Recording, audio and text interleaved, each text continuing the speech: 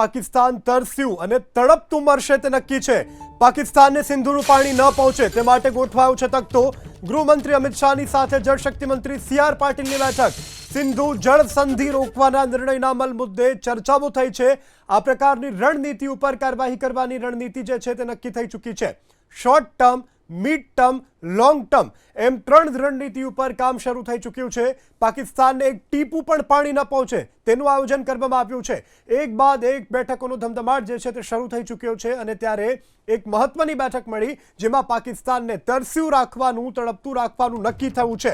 પાકિસ્તાનને સિંધુનું પાણી ન મળે તે માટે તખતો ગોઠવાઈ ચૂક્યો છે। કેન્દ્રીય ગૃહમંત્રી અમિત શાહ, જળશક્તિ મંત્રી CR પાટીલની બેઠક જે સિંધુ જળસંધિ છે તેને રોકવાના નિર્ણય મુદ્દે જે અમલવારી છે તે પણ થઈ શકે છે। ટૂંક સમયમાં ચર્ચાઓ થઈ ચૂકી છે અને ત્રણ પ્રકારની રણનીતિ જે છે તે બેઠકમાં નક્કી કરવામાં આવી છે।